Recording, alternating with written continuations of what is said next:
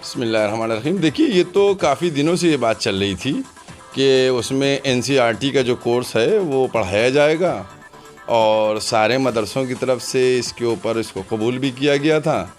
और अगर अच्छा कोई सिलेबस जाता है जो बच्चों के भविष्य के लिए कारआमद हो तो मैं समझता हूँ उसमें किसी को आपत्ति नहीं होना चाहिए और नए सेशन से सुनाए कि वो शुरू की जाएंगी।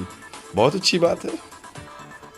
देखिए, ऐसा है कि ये कुछ दिन पहले किसी की तरफ से ये बयान आया था कि गैर मुस्लिम बच्चों को निकाला जाए, तो हमने उस वक़्त भी यही बात कही थी कि गैर मुस्लिम बच्चे मदरसों में जा क्यों रहें, पहले इसका रीज़न सोचिए।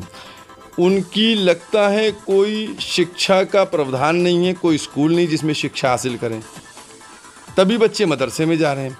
और अगर बच्चा मदरसे में जा रहा है तो वो अपने इंग्लिश, हिंदी, मैथ ये सब पढ़ने के लिए जा रहा है, ना कि उसको कुरान पढ़ा दिया जाएगा। आज जो ये बात कर रहा है कि उन बच्चों को मदरसों से निकाल लेना चाहिए, मैं तो समझता हूँ वो लोग उनकी मानसिकता ये दर्शाती है कि बच्चों को शिक्षा से वंचित रखा जाए। आप निकालने की बात कर रहे हैं, लेकिन आप उनकी शिक्षा का क्या इंतज़ाम कर रहे हैं? आपने ये जानने की कोशिश की कि वो बच्चा मदरसा गया क्यों?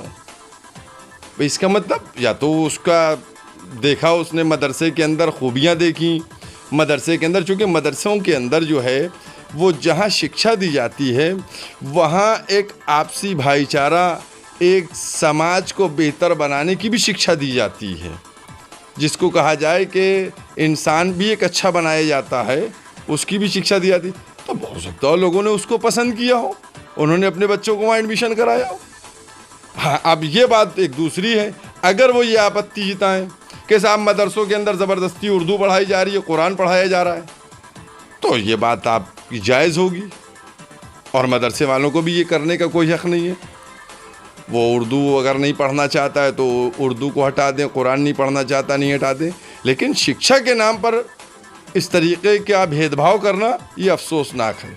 क्या आप ये कहना चाहते हैं कि इसको भी राजनीति के चश्मे से देखा जा रहा है, शिक्षा को भी? देखिए, मैंने कल एक बयान जो प्रधानमंत्री जी का आया था, जिसमें प्रधानमंत्री जी ने ये कहा है कि जो कार्यकारिणी की बैठक हुई है कि हमें सभी वर्गों से बात करना चाहिए और सभी वर्गों के पास जाना चाहिए, हमने उसमें यही कहा है। और प्रधानमंत्री जी का मीडिया के ज़रिए से जो ये आया कि उन्होंने भारतीय जनता पार्टी के सभी नेताओं से कहा है कि बिला वजह बयानबाजी ना करें, मैंने उसमें यही कहा कि प्रधानमंत्री जी का जो बयान है ये स्वागत के लायक है, इसका स्वागत करना चाहिए।